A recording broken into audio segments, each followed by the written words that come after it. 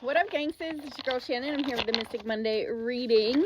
I know I've been MIA. Please pardon me, but I was in a car accident and had some other unfortunate events happen. And I'm still in the process of recovering, even though I look fine. Literally. Just kidding. So I'm going to go ahead and pull the energy for the week and give you a message and guidance on how to navigate that to the best of your ability. We just had the new moon in Capricorn, and there's a lot of stuff on social media about don't lose this opportunity, don't miss out on this, oh my gosh, it's new beginnings, new beginnings. Just a reminder, we're in the winter. Okay, I know a lot of people, New Year's, January, all of that, the changing of the year, we are still in winter. So if you are not here, you're not feeling your best, you're not caught up, you are not in that energy, it's okay. It's okay. If you weren't feeling your best and you were unable to really do anything for the new moon, it's okay. Manifestation wise, yes, it's a great opportunity to step forth. It's a great opportunity to use the Capricorn energy to create manifestations, to put in a plan of action. You still have time this week to do that. You still have time, and I just saw 111. So you still have time. Don't stress yourself out. All right, bottom of the deck is the Temperance card. So, and then I'm being shown the Sun card. So what this is telling me is we have two major arcanas. We here have the opportunity for balancing healing. Temperance is about you're stepping from one path to the other. You're really like stepping into your healing. But in that process is alchemy, right? Using that pain and turning it into joy. And so you're in this process still. That's why I'm saying it's still winter. We aren't at the new year. We still are in the year of the snake transformation. So we are still in the process of stepping into our power and seeing everything illuminated from what we need to. So you're not late on anything. Time is an illusion, okay? Now, the first things that flew out were these two kings. If this resonates with you, it could be same gender. And these two people, although different, are very much together and very much in their power together. So some of you have this dynamic in your relationships, in your life right now. You have this dynamic. If not, you are calling this in. You may be looking for someone, a partner, and instead of looking for somebody who is exactly like you need to be open to see somebody who is maybe different, but energetically like you, but maybe different in the sense of the way they respond to things, the way they act with things, the way they express themselves. But energetically, this person has their stuff together just as much as you do. Okay? Now, through the week, we have the Five of Swords and the Ten of Wands. Not loving this energy. This is fighting for no good reason, and it's stressful. And this could just be you fighting yourself for no good reason. You feeling exhausted or tired and not having the motivation, and then you're to do something, and then you're beating yourself up. Or you have all this energy and you're not taking a break. You're not listening to yourself for some reason. You're causing yourself stress. Usually the Five of Swords talks about outside influences, but they can also talk about your own mind. It can talk about you being the person in your mind. You're causing your own stress. You're causing your own stress.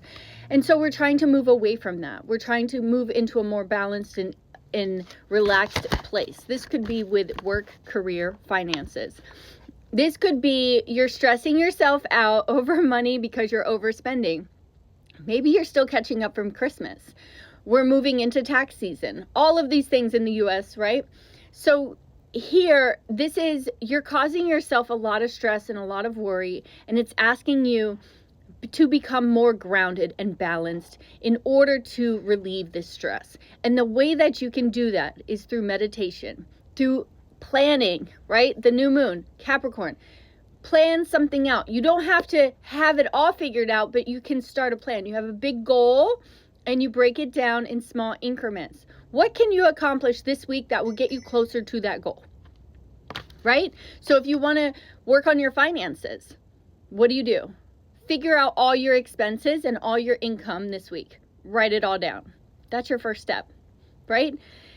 And then if it's your love life, what are you doing that you're not enjoying, and what should you be doing instead? And then we're going here. We have the Princess of Cups, the Devil, and the Fool card.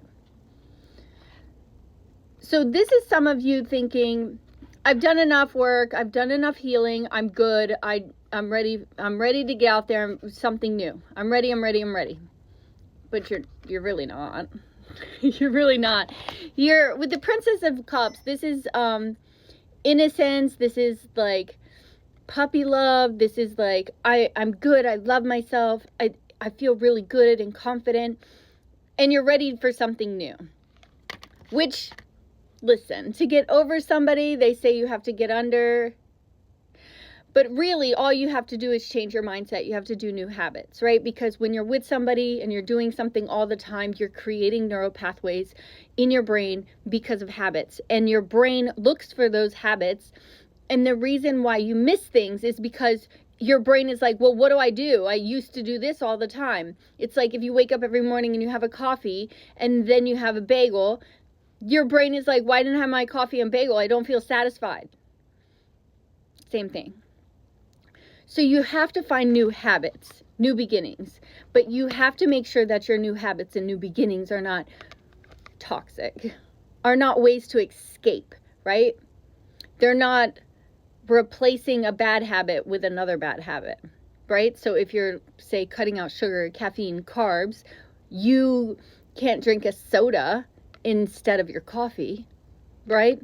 What can you do in positivity to support your new beginning? Those are things you have to figure out this week. And then you have the Queen of Swords, the Two of Wands, and then the Three of Pentacles.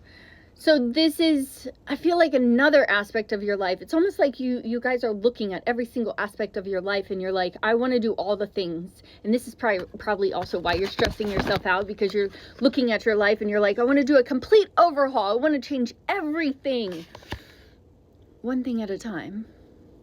Okay, and if you want to start a little bit of everything that's fine, but you might not accomplish all these goals until the end of the year. So just be mindful of that.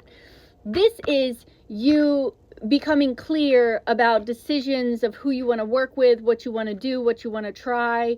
Maybe you have like new hobbies you want to try or something, or you want to get into something new. I feel like there's a need for like time management here. There's a need for like breaking things down, because it's like I'm feeling like, oh, I want to go and do all the things, and then you're like, but I don't have any time to do them, so I'm going to do nothing.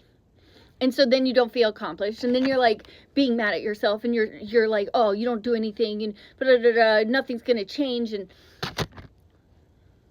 get out your handy dandy notebook, okay?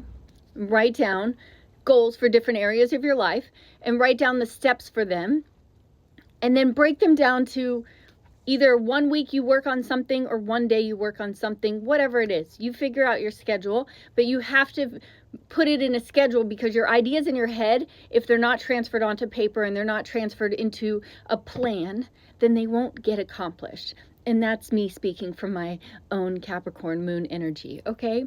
I love you guys so much. Get your shit together. I'm here to support you, and I'll see you in the future. Bye now.